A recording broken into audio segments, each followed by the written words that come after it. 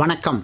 ஆகாஷ்வாணி புதுச்சேரி செய்திச் சுருக்கம் வாசிப்பவர் நாராயணசாமி. கடந்த 11 ஆண்டுகளில் வடகிழக்கு மாநிலங்களில் உள்கட்டமைப்பு மூலம் மட்டுமல்லாமல் வன்தன் யோஜனா திட்டத்தின் மூலம் 3 லட்சத்திற்கும் மேற்பட்ட பழங்குடியினர் பயனடைந்துள்ளதாகவும் 434 விவசாய உற்பத்தியாளர் நிறுவனங்கள் மூலம் 2 லட்சத்திற்கும் மேற்பட்ட விவசாயிகள் பயன்பெற்றுள்ளதாகவும் மத்திய அரசு தெரிவித்துள்ளது. மத்திய வர்த்தகம் மற்றும் தொழில்துறை அமைச்சர் திரு பியூஷ் கோயல் இன்று சுவிட்சர்லாந்து மற்றும் ஸ்வீடனுக்கு பயணம் மேற்கொண்டுள்ளார்.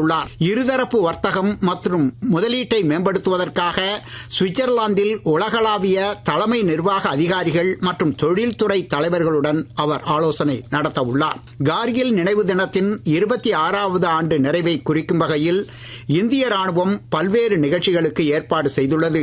நாட்டின் எல்லைகளை பாதுகாக்க மாவீரர்களின் துணிச்சல், தியாகம் ஆகியவற்றை கௌரவிக்கும் விதமாக இந்த நினைவு தினம் இந்த ஆண்டு ஜூலை 26ஆம் தேதி வரை அனுசரிக்கப்படும் என்று அறிவிக்கப்பட்டுள்ளது.